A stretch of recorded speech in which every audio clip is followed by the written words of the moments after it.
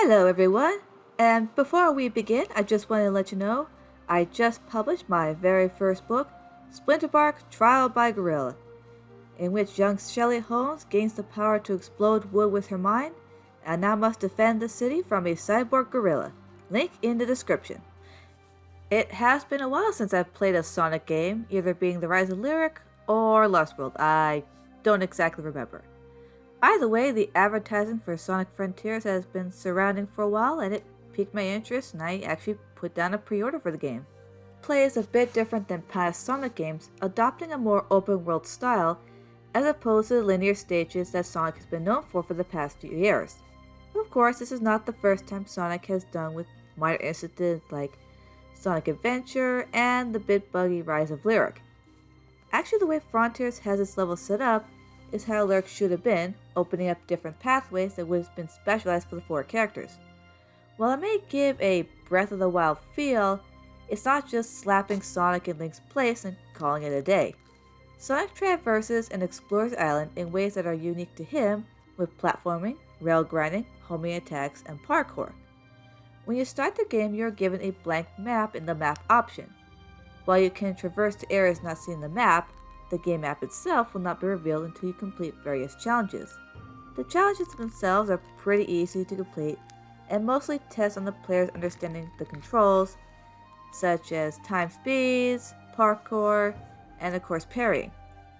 This map will be your best friend, and you'll be using this map and the map markers a lot. Thankfully, the map, at least for the Switch, is set to one button, and the markers are easy to see in the overworld because it's pretty easy to get lost in later levels. The narrative itself is a fairly simple one. Sonic, Amy, and Tails are investigating why the Chaos Emeralds are suddenly drawn to a set of islands known as the Starfall Islands. Then a portal opens up and sucks them into cyberspace. Sonic is able to escape, but now everyone is trapped in an in-between state between cyberspace and reality, and Sonic needs to gather emeralds and memory tokens and defeat the Titans in order to save them. From there, the players have open options on how to proceed forward.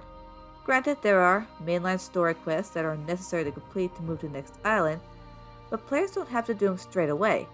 Me, being more of a take your time kind of player style, decided to complete as much of the challenges to open the maps and gather memory tokens, and actually the game won't bug you for ignoring the mainline story, which, trust me, can get annoying for a while. The narrative itself is all it takes a bit more seriously than it has in, years. Not quite like the edgy series that Shadow the Hedgehog, but a more somber, less jokey, childish tone that was the norm for a while. Sonic can still be his sarcastic self, but the writer knows when to drop it when the situation calls for it. Though some of the players may not be too keen on the drip-feeding style of storytelling, as it's not the biggest focus of the game. The biggest focus is actually exploring and just doing things, feeling like Sonic. I can also not forget the music. This is, I wouldn't say new direction, but it's definitely kind of a refresher we've had in a while. There are three main styles of music that can be heard in the game. The somber orchestral tones are in the overworld. The cyber stages and garden mini-bosses will switch up to a distorted techno chord. And finally, for the Titan bosses, each boss has their unique 2000s-esque punk rock song that I've been listening to on repeat for a while as of late, and eagerly waiting when they finally release it officially, which of course at the time of this video is in about 2-3 weeks, hopefully. I would not say the game is perfect. There are sections as the cyberspace trials that you have to play in order to open Chaos Emerald vaults. There are small stage levels that play out like traditional Sonic stages, and each have 4 different challenges that can be completed.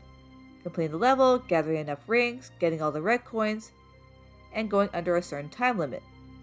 However, there isn't really anything unique about these stages as they're from previous games, a lot of being Green Hill Zone, and they still have their issues that they have from previous games, so it can honestly be, frustrating.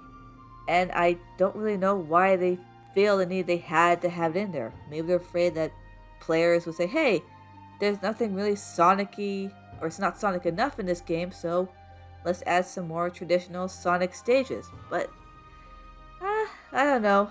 At least they're, quick and easy. Take you about, 1 to 2 minutes to complete if you're lucky. Or if you're like me and just keep falling off the pits. Also, exploring the worlds, fast travel isn't the easiest to complete. And also, some of the games feel a bit, or some of the exploring, can feel a bit like a first pass. Like, hey, this is their first time kind of doing this type of game, so they don't have everything, down. Especially on the third island, where it with the fog and a lot of drop pits, it's just so easy to get lost. However, I still very much enjoy this game. It's something that I'm very eager to come back to and heck, maybe actually try to 100% complete. So yeah, if you're a Sonic game or you just like, open world exploration games, I highly recommend picking up this game. And also the soundtrack. I'm Noctina Noir, and take to the skies.